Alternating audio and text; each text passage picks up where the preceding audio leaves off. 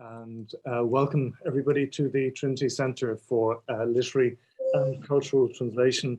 I think it's a particular honour for us this evening because we are hosting an event that celebrates the translation into Irish of one of the great novels, not just of Hungarian literature, but of European literature. And this translation into Irish by Irene Duffy Lynch is very much a first.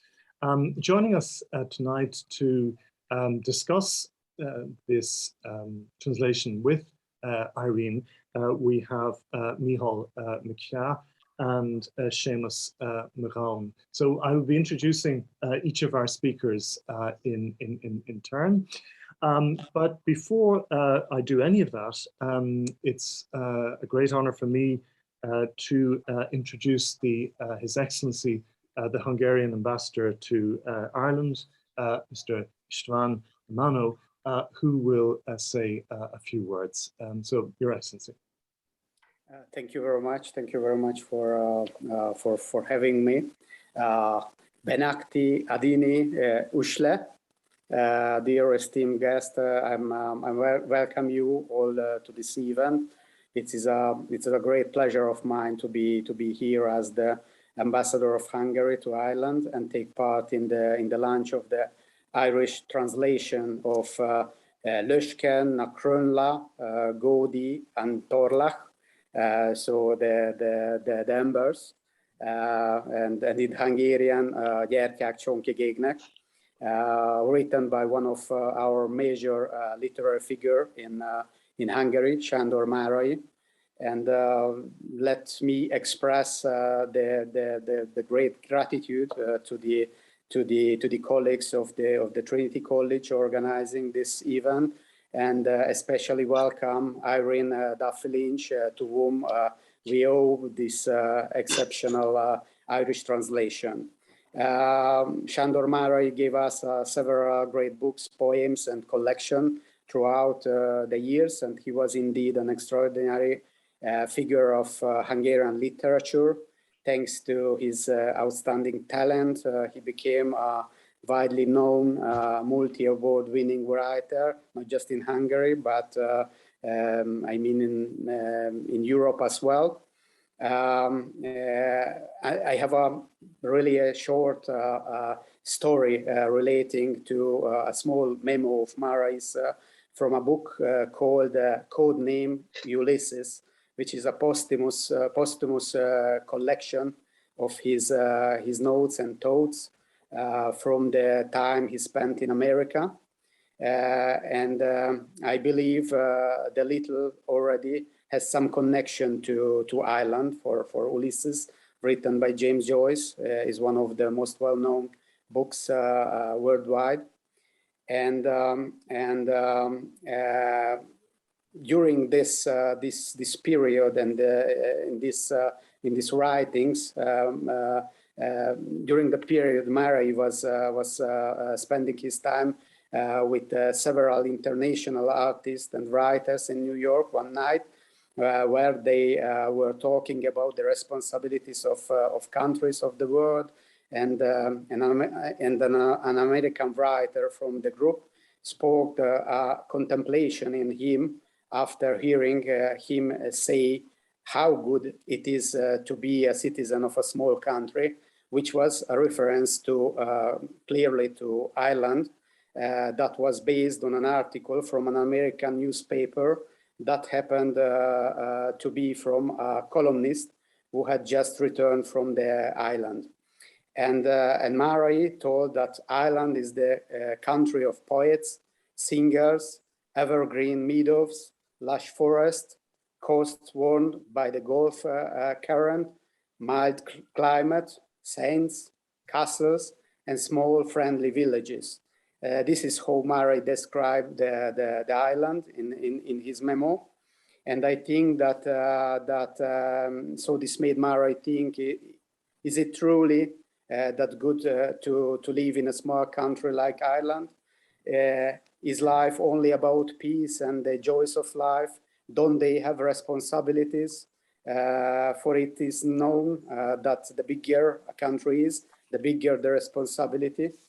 America, for example, cannot withdraw from the hardships of keeping world peace. That is this mission.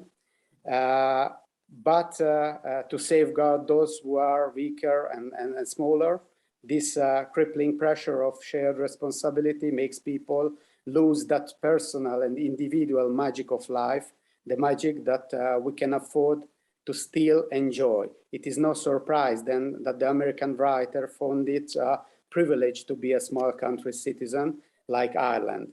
And nevertheless, Márai's conclusion was that small nations, just like Ireland and Hungary, have their own job, and that is to preserve, to make the magic live a bit longer, to keep cultural values alive for those who have other responsibilities.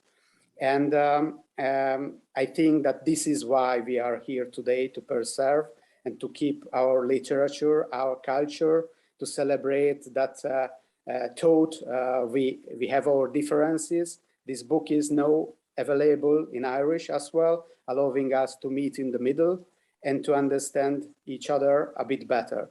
So I would like to thank you, Irene, for this great job. I hope that we will follow on this track, and we will follow this type of cooperation. And maybe the next meeting in real life, we will have the opportunity to discuss about another Hungarian masterpiece, and underlining the similarities between our two countries. And I would like also to thank Trinity College and all the colleagues working on this event, and Gorogmak Agvif. So thank you very much for your kind attention. Got me on my gut. Hi, Vishishin. Harbar is Dolium Bevidalum Nish Falcha her riv Triv E Nahicha, Jin Irene Duffy Lynch, Ashtrahor Sor Ilcha is Dolum Nishguru on Machin Ashtakon Jamta Eki. Irene Duffy Lynch, of course, is our main guest this evening. We're delighted to see Irene again, this time virtually. The last time we had a physical event in the center to celebrate your translation of the Nigerian novelist Chinua Achebe.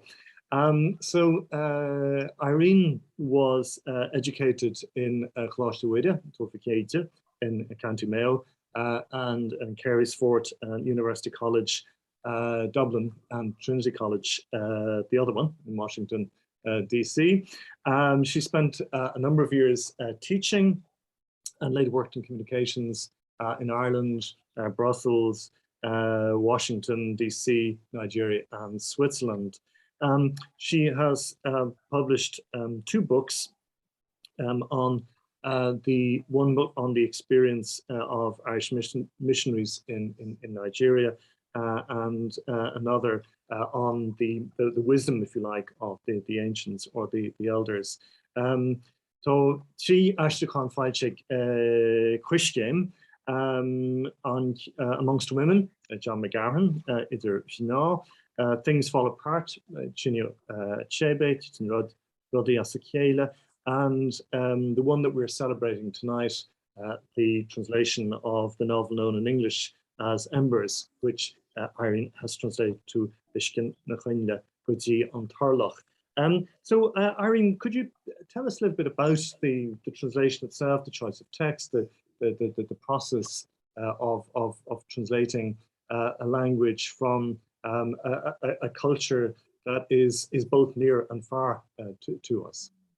Yeah, I remember, Michael, when I met you the first day ever to talk about my the presentation of the Chinua Achebe translation, and I asked you, I suggested that I might translate this book, and you said to me, yes, but bear in mind, you'll be translating it, you'll be translating a translation.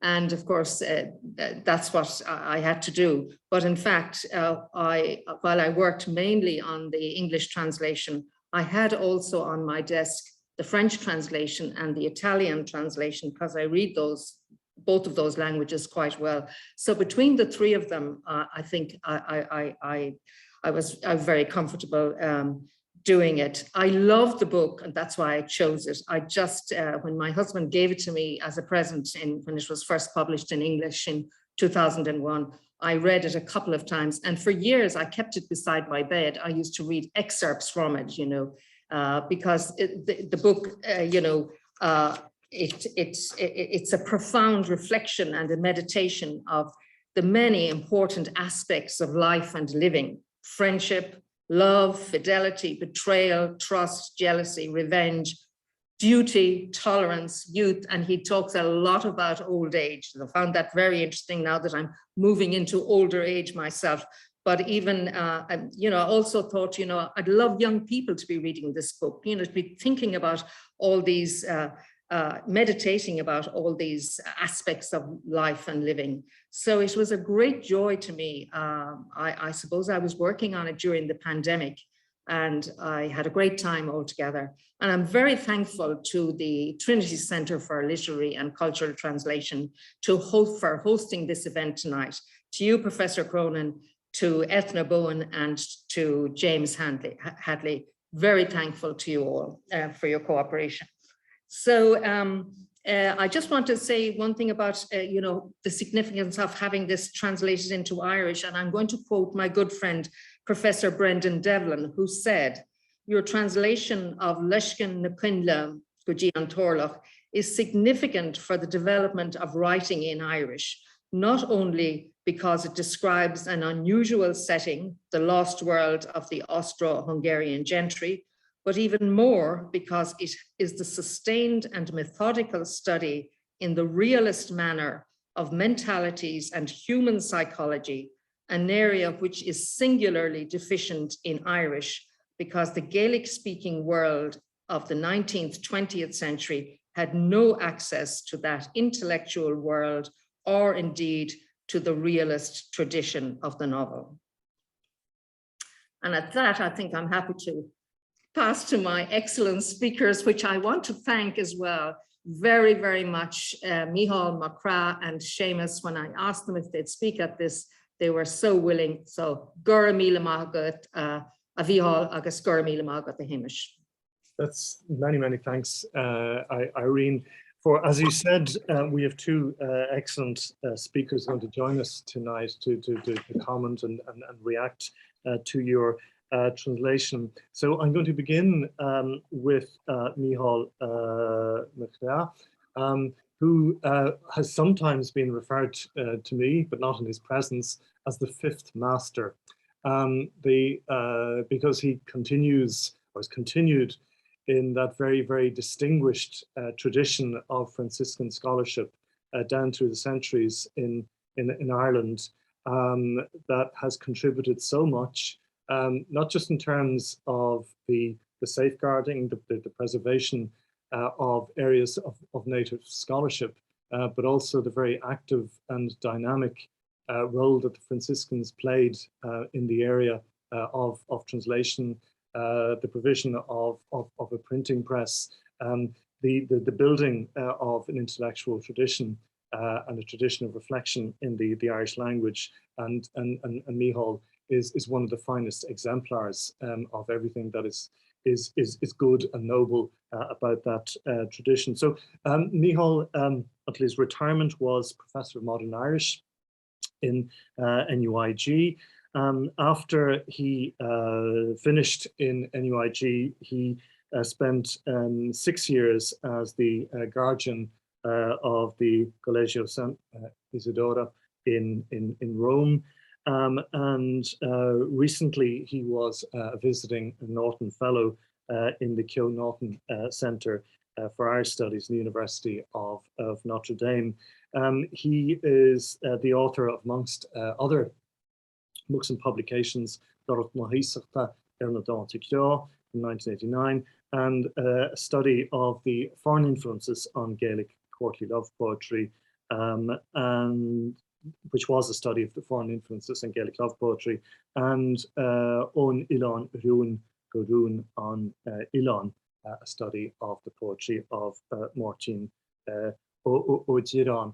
Agus you mar dúirt mé níos luaithe stóna mar bhealach tuis an fearrtá in sin taithí aige cultúr, hiocht, ceanch na Eorpa, ní bhar níos iúnaí chun chuir síos leabhar seo ná Mícheál fáilte rád go dtíon an seminar seo a bhí. First of all, I'd like to say something about the title of this translation, Loisceann na Coinnle and tÓrlach, the candles burn down to the end, because this is a proverb that can be traced back over 400 years in the Irish language. And it's first recorded in a poem by Mícheál O'Higgins, brother of the famous 16th century poet Tádal O'Higgins, 1551 to 1591. Mícheál went abroad to study for the priesthood, as the Elizabethan conquest and imposition of the Reformation in Ireland meant that it was well nigh impossible to study for the priesthood at home. In 1583, Nicholas Skerritt, Archbishop of Tuam, died, and Mícheál, now resident in Rome, was appointed his successor. He died in Antwerp in 1590 on his way back to Ireland, a rather slow boat to China approach. These are the only details we have of his biography, but we are fortunate that two poems of his have survived. Hage Gurfi of Winnie, O Man Who Goes to the Land of the Setting Sun, and Slán Oim Dundá Ide, Greetings from Me to the Two Shepherds. Both poems were apparently composed in Rome. The first one is a poem of exile composed soon before his return to Ireland, while the second one is of more immediate interest to us. Mícheál is writing to two ecclesiastics in Ireland, whom he deliberately does not name so as to safeguard them from persecution by the Crown authorities. From the opening lines, we are made aware of how dangerous life was in Ireland under the Elizabethan conquest, for Catholics in general and for clergy in particular. And the poet's aim is to encourage his two friends to stand firm in the face of persecution. He implores them to persevere in their faith and not lose hope. He reminds his addressees that God's grace arrives when least expected. Using epigrams and proverbs to encourage his fellow clerics, lines that are somewhat reminiscent of the Psalms, O'Higgins may well have been counselling himself in addition to the two priests, given his imminent return to the fraught situation of Elizabethan Ireland.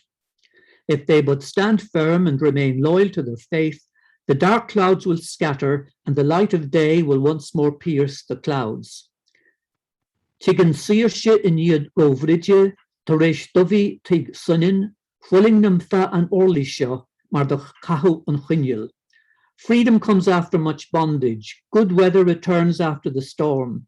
Let us endure what little suffering, what little inch of suffering remains, as we have spent the candle until now. That's the oldest example of this proverb that is written down in Irish. In his Miscellany of Irish Proverbs, 1922, T.F. O'Reilly translates it as follows: as you have spent the candle, spent the inch. As you have gone most of the way, go the whole way. And he quotes from this poem and adds a few other examples.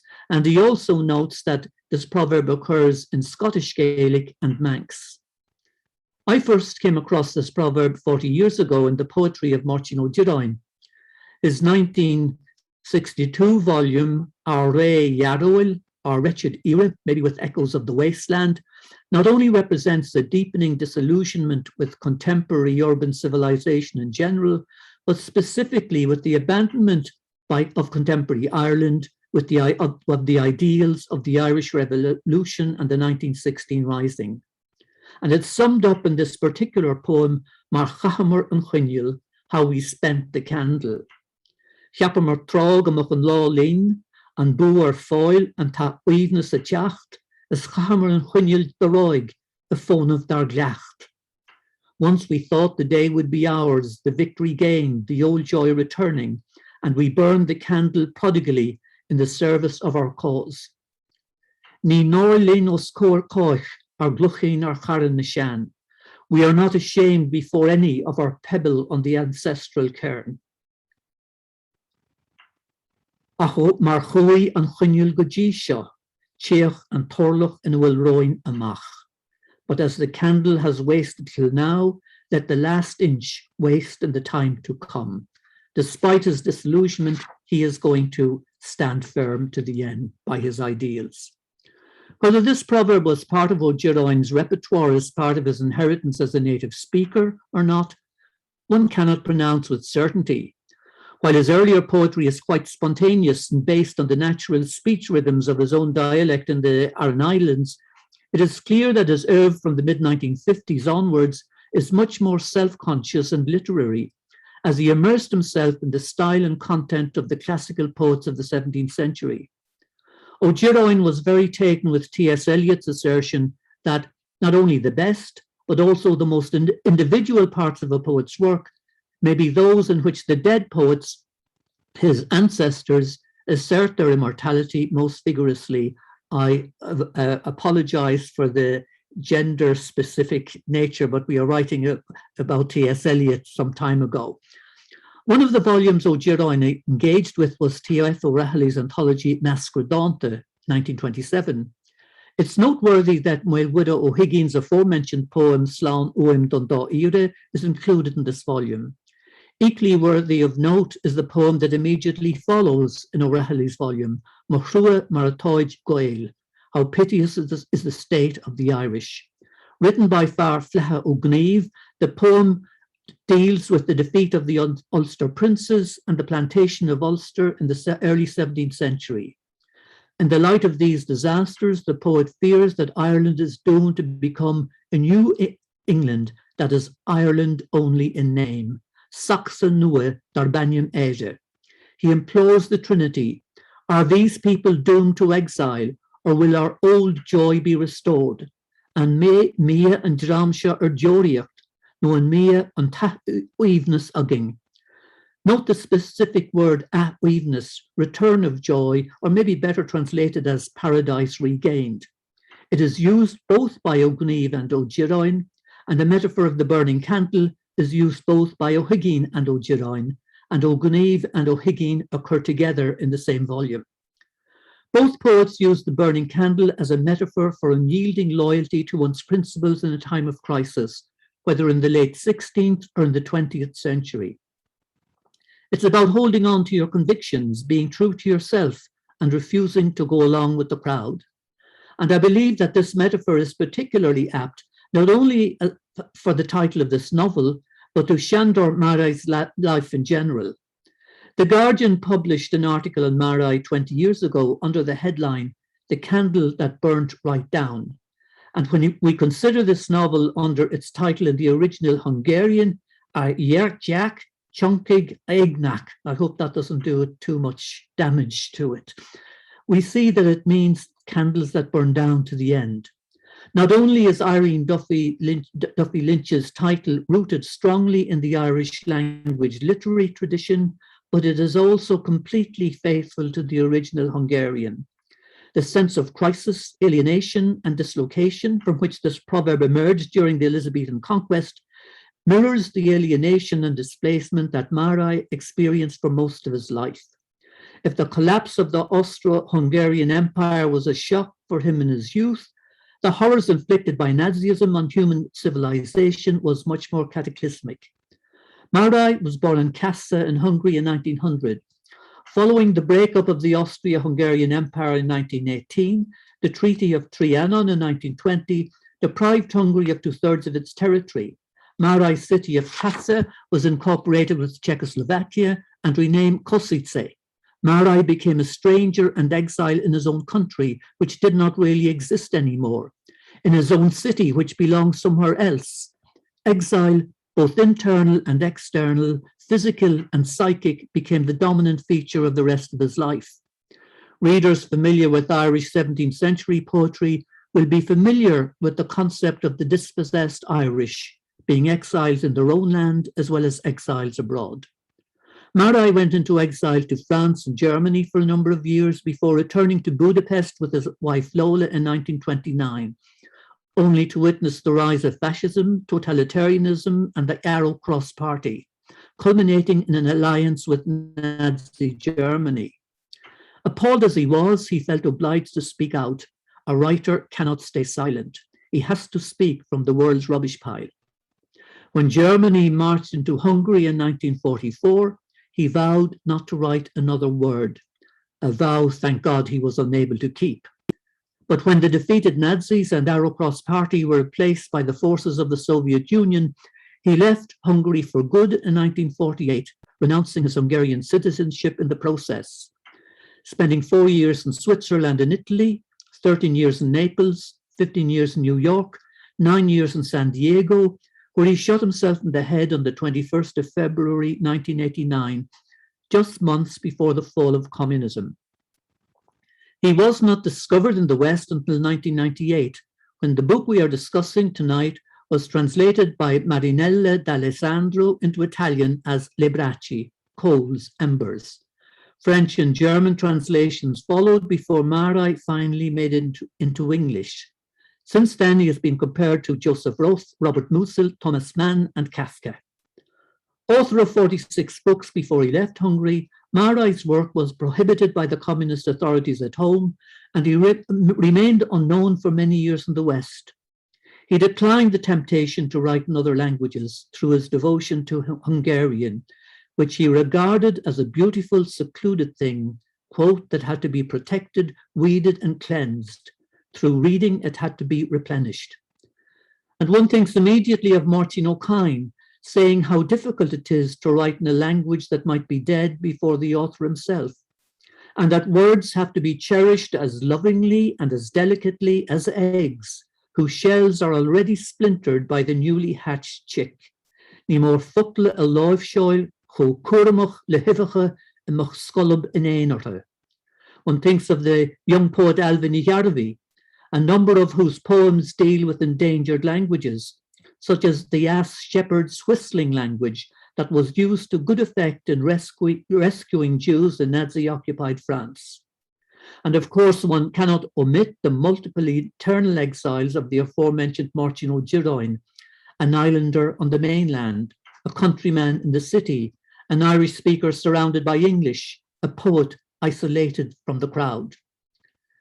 To come back to Loisceann na Coinnle and tÓrlach, so elegantly translated by Irene Duffy Lynch, it's a book about friendship, loyalty, betrayal, honor, love, military code, and revenge. Two men, bosom friends, who last met on the 2nd of July, 1899. One of them, Conrad, leaves in mysterious circumstances the following morning, and the other, Henrik, waits 41 years and 43 days to find out the truth, when Conrad, driven by some inner compulsion, returns for dinner on the 14th of August, 1941.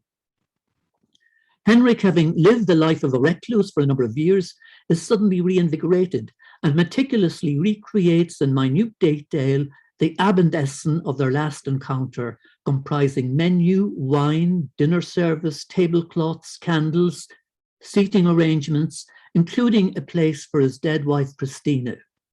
It's a replayed Last Supper, where the ritual and setting convey a delicious ambience of aristocratic old world courtesy, yet permeated with a sense of tension, accusation, betrayal, pain, and thirst for revenge.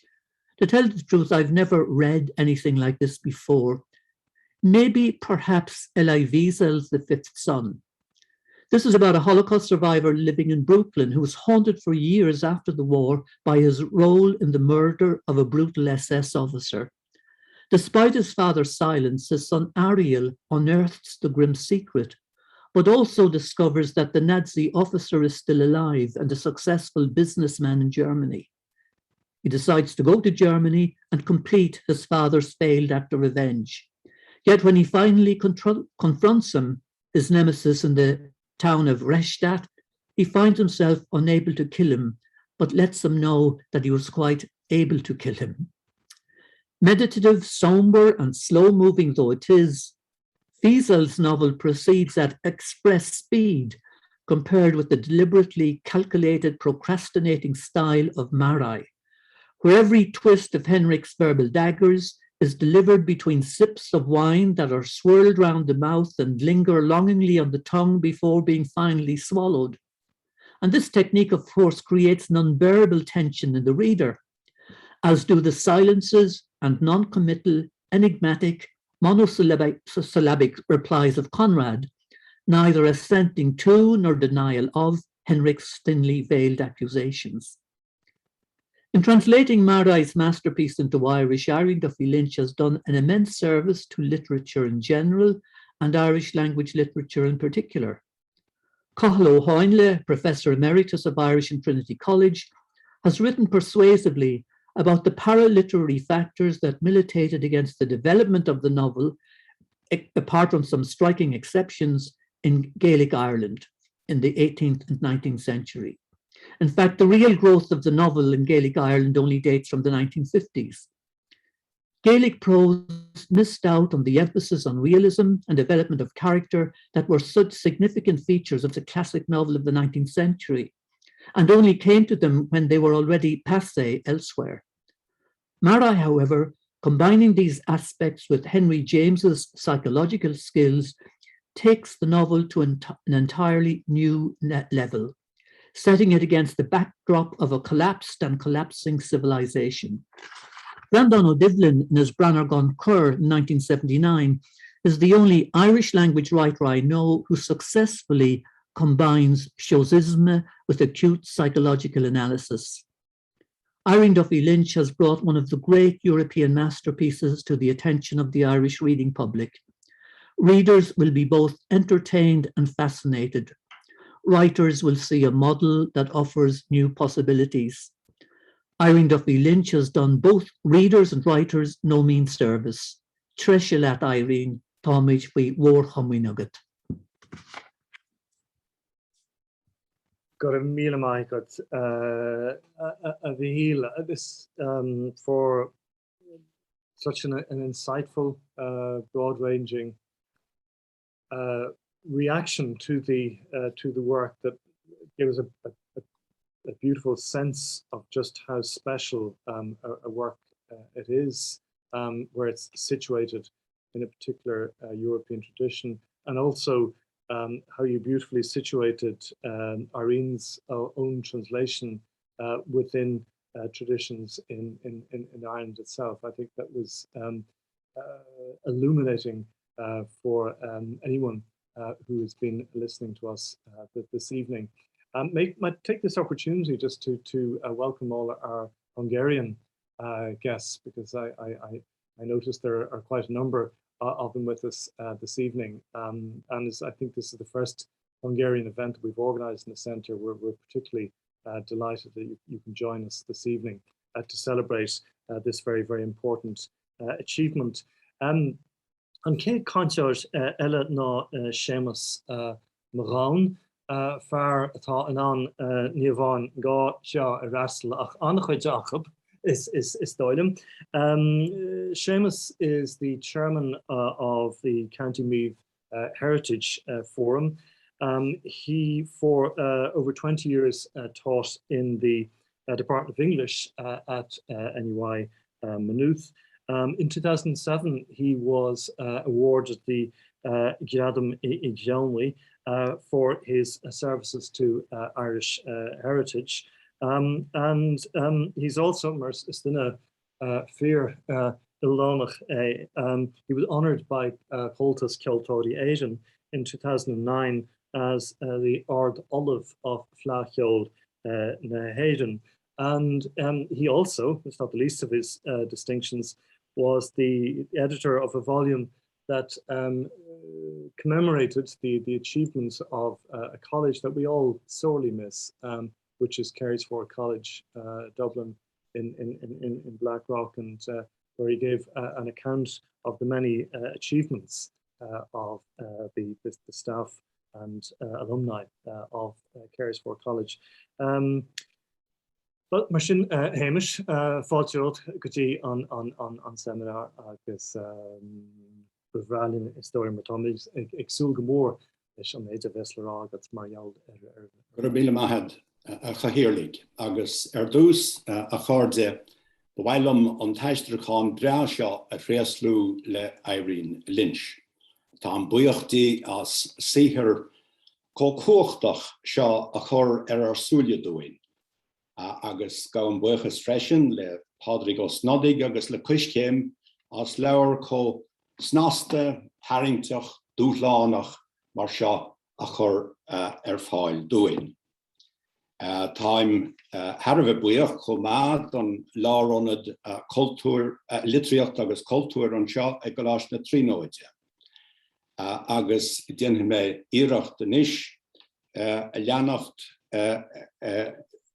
agus an contas máistrúil a thug má leabhádóir an sin an talamh má Craith a leanúint. The central event in this novel is the reunion dinner, as Professor McCrath pointed out, given by the old general for his army comrade, who disappeared mysteriously 41 years before. And in addition, there is an absent presence in the form of Christina, the general's estranged wife who died 33 years earlier. Her ghostly shadow could be said to dominate the proceedings. Now, just before his guest's arrival at the general's castle, his old servant Nini asks what he expects of the reunion. On Irene adir an general, the truth, answers the general. And then the old servant gives him an arresting truth. Nuair a bhí Christina leaba a báis chu sí fisort. When Christina was on her deathbed, she asked for you. Tásam san general, bhí as a láthir. I know, said the general, I was there. And then comes the crucial rejoinder from the old retainer. You were there and you were not there. You were as far removed as if you had been on a journey. You were in your room and she was dying.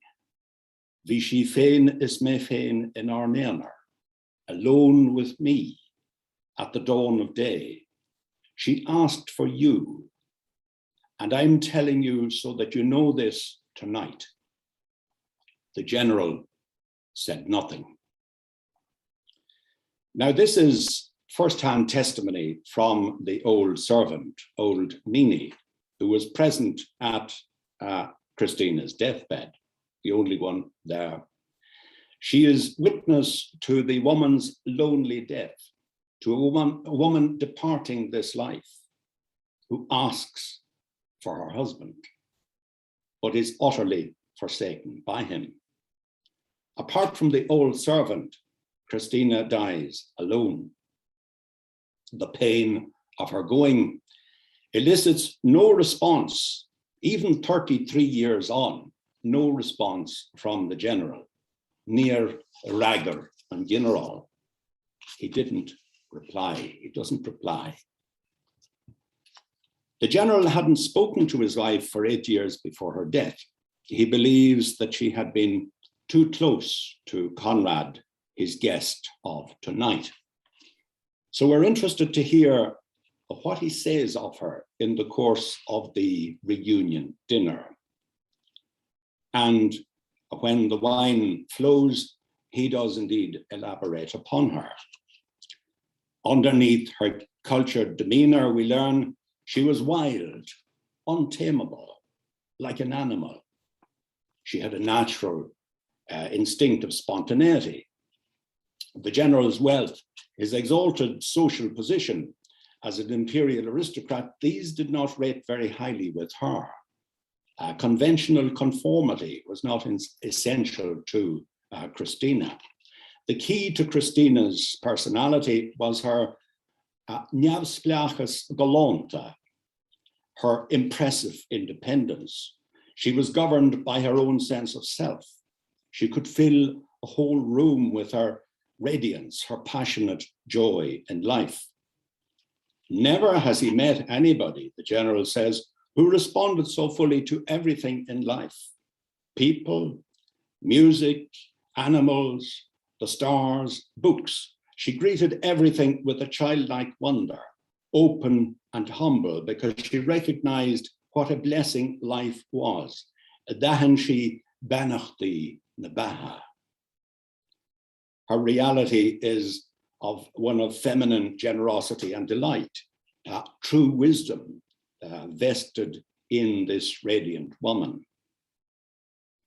And after his memorable evocation of Christina's marvelously beautiful personality, the general makes the shocking statement: Ní bhaidh tú portráidir biti sa teach seo, ná grian graf fiú. You will not find any portrait of her in this house, not even a photograph. And then he repeats himself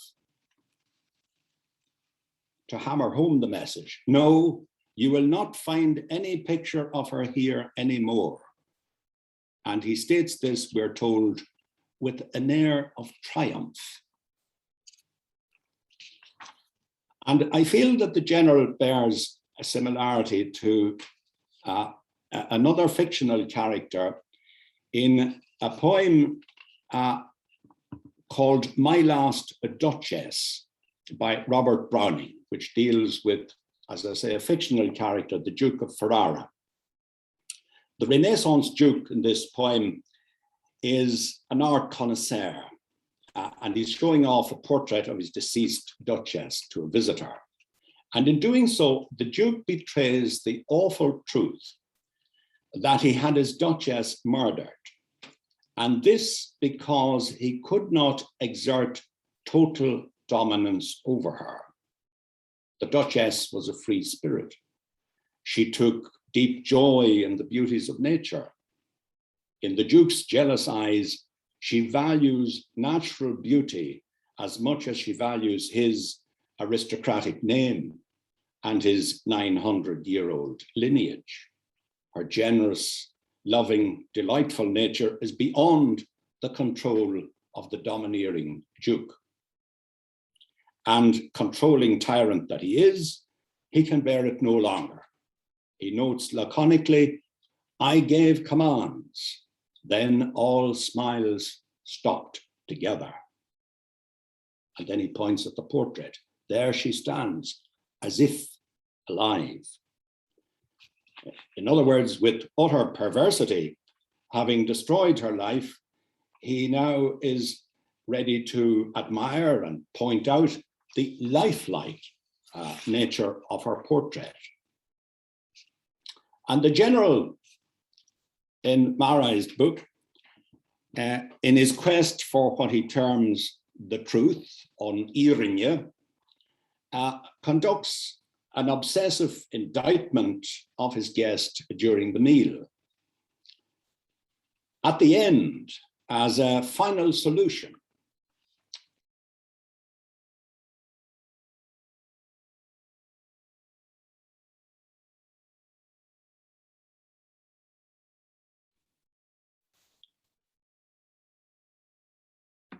I'm sorry, did we miss something there? Yeah. As I said, in his quest for what he terms the truth on Irene, the general conducts an obsessive indictment of his guest during the meal. At the end, as a final solution, he produces Christina's long-lost diary, still sealed and bound as she had left it. The diary had been a present from him in the first place. It was, he says, her strange book of honor, with its alarming evidence of her inner self and her love and her doubts. This, says the general, is what remains of Christina. And he adds, Christina never lied. So the assumption is that it should contain the truth. And then dramatically, he proffers the diary to his guest, to Conrad. But Conrad declines to take it or to open it. He retreats from the challenge. And the general's reaction is to accept this. I understand, says the general. And in his voice, we are told there was a note of satisfaction. And then, in an almost lazy gesture, he throws the little book into the embers of the fire. And together, the two old men watch silently as Christina's handwriting with its angular letters dissolves before their eyes and turns into black ash in the fire. Now, this is a striking gesture of destruction, devastating. They deliberately obliterate all that remains of the woman, of Christina. Her feminine voice is silenced. That was the last hope of hearing that voice, the diary. It's silenced, consigned forever to oblivion, annihilated. Blindly, the two old men destroy their last chance of understanding Christina. Her inner self, her love, as the general had surmised, were recorded in her diary. This terrible act of patriarchal arrogance springs from profound cowardice. In burning the diary, they retreat from feminine truth and its challenge. Instead of reaching out, they take refuge in masculine pride and hubris. Imprisoned in their narrow vision, they're incapable of mutuality and relationship with the feminine. So they reinforce themselves as fossils, as paralyzed remnants of a defunct empire and its empty imperial pomp and values. They're fossilized relics of a patriarchal, male-dominated culture and society, which, as Professor Mícheál was remarking, devastated Europe in World War I and led to what the general describes as the present conflagration of World War II. And at the end of the night, their negative passions burn themselves out like the candles on the table. At the same time, these two willfully blind men extinguish the light of Christina's wisdom, which was their one and only hope of illumination. They consign themselves to lasting darkness. Guriked mila mahagav a chardje, shinamed toleraam and bout the shot.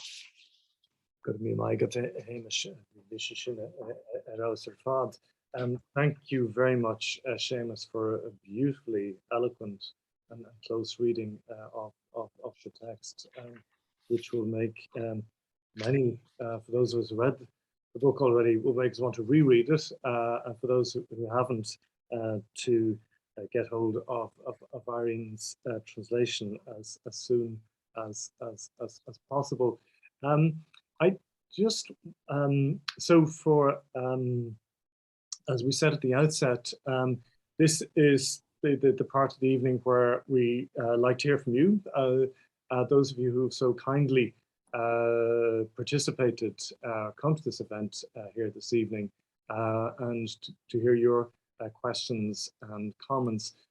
So I already have from Tom Cleary, says, delighted to join this meeting as I have 56 years of connections to Hungary and look forward to live social functions in the embassy. I've read Embers in Hungarian and English translation, and the stylization, inverted commas, in the translation is much more elaborate than the original.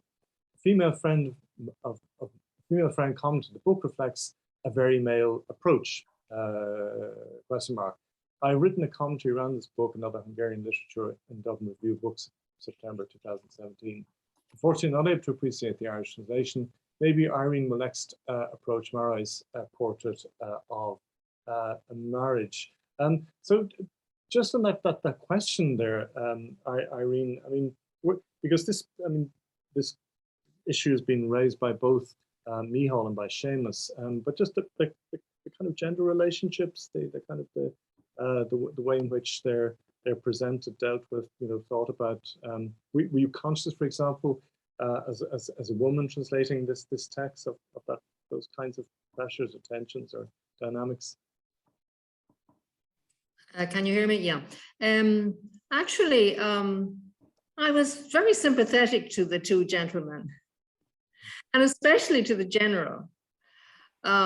Yes, I was very admiring of Christina. She wasn't really painted as a very clear character, but the descriptions of her husband of her, were something. And Séamus described those descriptions. But I felt that, I was very sympathetic to the general in particular. I felt that, he was a gentleman that was very devoted to all the old values of duty and honesty and true to your word and all of that. And that in that era, to be deceived as he thought he was, and as he was, by his wife and his best friend, I thought it must have been quite traumatic. And it was probably an era where it wasn't very easy for a man and a woman to talk so openly as we do today and to find explanations. So I thought it was a great, great pity that during the 8 years that she lived, while he was in another part of the castle, that he didn't find it in himself to go and speak to her. But of course, she didn't go to him either. And he said, if she had come to me, if she had said one word, if she had asked me anything, if she had asked me to go and fetch you from the tropics, from the furthest place in the world, if she had asked for a divorce, I'd have given it to her, but she didn't want anything, he said. So no, that's how I felt about all three. Mm-hmm. Conrad, well, he's a little vague in my mind. I thought he was a little deceitful. I thought he was, I thought the friendship was really promoted big time by the general, and that Conrad, was very intelligent and all of the rest, and was sitting back observing and gaining from the friendship. But I thought in the end it was a little deceitful on his part, and to just go off and say nothing. I always think an explanation is fantastic, even if it's devastating. At least you know. I'm fascinated by your take, your sympathy with the general, because I thought he was both incapable of male friendship and incapable of married love. And he's totally deceiving himself. And he's so caught up in this male aristocratic military culture. I mean, his wife is a trophy. And his friend, he's being nice to the poor guy who was in the army with him. And I think the general is completely lacking in self-knowledge. And anything he gets, he was asking for. He spent all these years afterwards pondering and trying to get self-knowledge. And perhaps in the end, he just was unable to articulate it. But I have to say, I did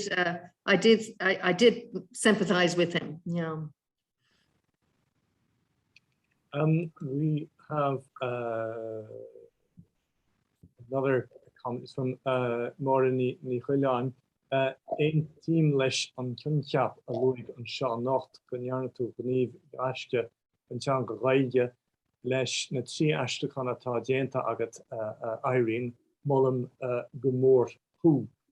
So just I think articulating a sentiment that many of us feel, which is our gratitude to you for the work that you've done in the area of translation into Irish.